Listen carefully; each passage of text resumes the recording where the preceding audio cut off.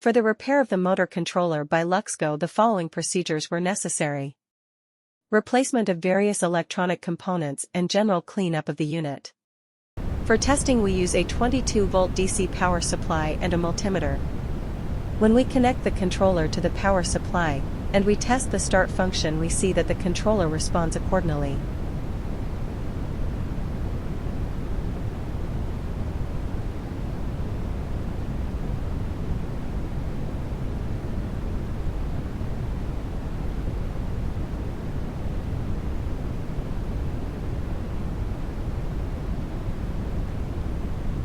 No further is possible due to the absence of additional units.